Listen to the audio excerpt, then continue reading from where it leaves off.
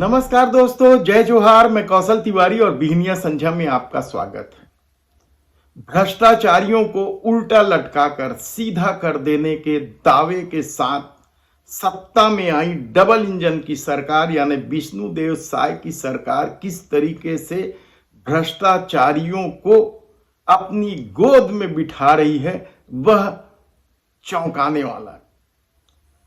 हम बात कर रहे हैं आईएएस संजीव झा की। क्या है पूरा संजीव झा का खेल? जब वे कलेक्टर थे कोरबा में तो उन्होंने किस तरीके से घोटाला किया, और जब अंबिकापुर में थे तो किस तरीके से पूर्व मंत्री अमरजीत भगत के साथ उनका खेल रहा, यह हम बताएं। उससे पहले कुछ और महत्वपूर्ण खबरों पर हम आपकी नजर डाल देते हैं। भ्रष्टाचार को लेकर ही बड़ी खबर थी। रिजर्व बैंक ने देश भर के 11 बैंकों को बंद करने का निर्णय ले लिया है। ये सभी कोऑपरेटिव बैंक हैं। इसमें छत्तीसगढ़ का नाम नहीं है। यह राहत की खबर हो सकती है छत्तीसगढ़ के लोगों के लिए, लेकिन देश के प्रधानमंत्री नरेंद्र मोदी के डबल इंजन की पोल खोलने वाली यह खबर। यही नहीं, इसमें गुजरात मॉडल भी शामिल है। हालांकि हर फर्जी काम और जिस तरीके से गुजरात में मामले सामने आते हैं, वह गुजरात मॉडल को लेकर कई तरह के सवाल खड़े करते हैं। लेकिन रिजर्व बैंक ने जिन बैंकों को बंद किया है उसमें गुजरात मॉडल का भी बैंक शामिल है। Shri Mahalakshmi mercantile cooperative society Dabhoi में है यह गुजरात के, और यह नोटबंदी के दौरान भी यह बैंक बेहद चर्चित रहा। इसे अब बंद करने का आदेश रिजर्व बैंक ने दे दिया है। इसके अलावा जो डबल इंजन की सरकार है, जहां जहां असम का एक बैंक है तो महाराष्ट्र के भी 2 बैंक हैं, उत्तर प्रदेश के भी 2 बैंक हैं, तो राजस्थान के भी 1 बैंक है। लेकिन इससे भी दुखद खबर प्रदेश के कानून व्यवस्था को लेकर है। किस तरीके से उद्योगपतियों के लिए विष्णुदेव साय की सरकार पलक पावड़े बिछाई हुई है, और अब सिलतरा औद्योगिक क्षेत्र की हिंदुस्तान क्वाइल लिमिटेड नामक फैक्ट्री में जिस तरीके से 2 लोगों की मौत हुई है, उसे लेकर कई तरह के सवाल उठ रहे हैं। क्योंकि अब तक उद्योगों में होने वाली घटनाओं को लेकर पुलिस रिपोर्ट तो लिख लेती है, लेकिन अभी तक किसी को भी सजा नहीं होती है। और मुआवजे की मांग को लेकर कल क्रांति सेना और जोहार पार्टी के लोगों ने जमकर हंगामा मचाया। कहा जाता है कि इसी प्रबंधन की एक और फैक्ट्री थी, देवी फैक्ट्री। 4 साल पहले कर्मियों के साथ दुर्व्यवहार को लेकर पूरी बस्ती खड़ी हो गई थी और तोड़फोड़ की थी, और इसके बाद यह फैक्ट्री स्थानांतरित कर दी गई थी। कांग्रेस के स्थानीय नेता भी इन आंदोलनकारियों के साथ शामिल होने की कोशिश की, लेकिन उन्हें साफ कह दिया कि आप लोग चले जाइए, हम अपना हक खुद ले लेंगे।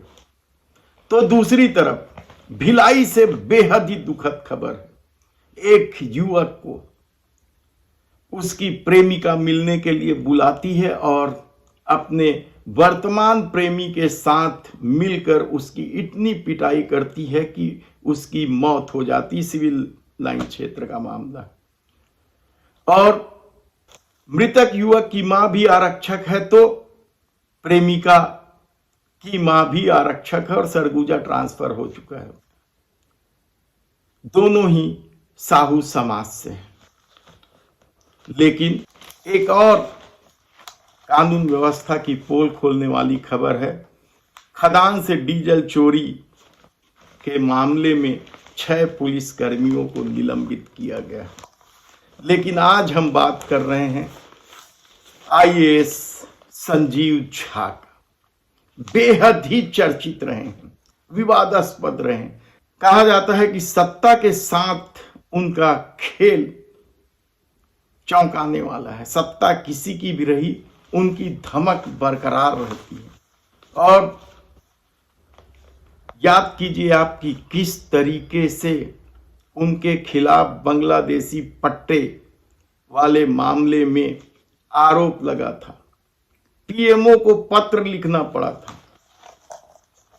पीएमओ के कार्मिक विभाग के तत्कालीन अवर सचिव रुपेश कुमार ने छत्तीसगढ़ सरकार को पत्र लिखकर इस पूरे मामले की जांच और कार्रवाई के आदेश दिए थे, लेकिन यह पत्र दबा दिया गया।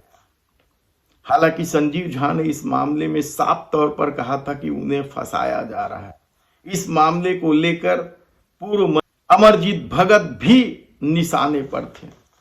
आईटी का रेड भी हुआ था, जिसमें 35 पेजों का कागजात बरामद हुआ था इस पूरे मामले में।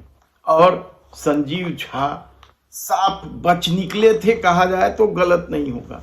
लेकिन अब जो मामला सामने आया है, उसमें क्या संजीव झा का बचना मुश्किल होगा?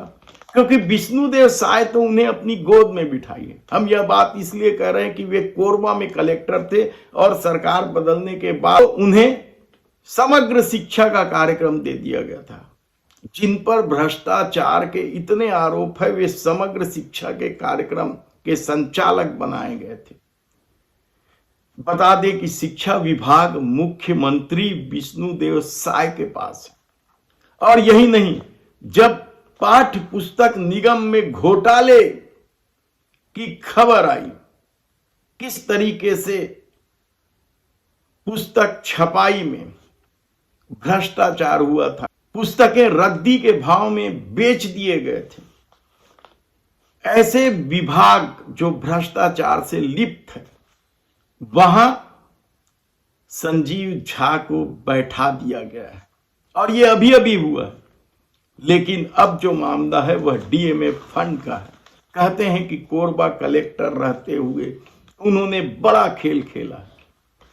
पूर्व मंत्री ननकीराम कंवर, जो गृह मंत्री भी थे, उन्होंने कोरबा में डीएमएफ में हुए घोटाले का पिटारा खोल दिया है। 2022 से 2023 तक साल भर कोरबा कलेक्टर रहे संजीव झा, जिला पंचायत अधिकारी नूतन कंवर और परियोजना अधिकारी भरोसा राम ठाकुर, ये तीनों पर दस्तावेज के साथ आरोप लगाए हैं। और यह घोटाला करोड़ों अरबों रुपए का है। और इसकी जांच के लिए सीबीआई को भी पत्र लिख दिया गया। यानी आप सोचिए कि भारतीय जनता पार्टी के एक ऐसे नेता जो गृह मंत्री भी रहे, उन्हें इस सरकार पर भरोसा नहीं है, सीधे सीबीआई को पत्र लिखकर जांच की मांग कर रहे हैं। और इसकी वजह भी है, क्योंकि जिस तरीके से विष्णुदेव साय की सरकार चल रही है, भ्रष्टाचार या दूसरे आरोपों से घिरे अधिकारियों को महत्वपूर्ण पदों पर बिठा रही है, उसके बाद किसे भरोसा होगा?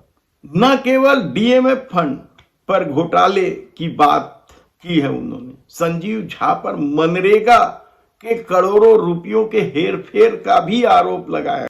सामग्री सप्लाई, प्रशिक्षण, स्ट्रीट लाइट और महिला समितियों को वितरित सामग्री, शिक्षा विभाग, स्वास्थ्य विभाग, महिला एवं बाल विकास विभाग, उद्यान विभाग, यानी कौन सा विभाग बचा है जिसमें भ्रष्टाचार का खेल नहीं हुआ जब आईएएस संजीव झा कोरबा के कलेक्टर।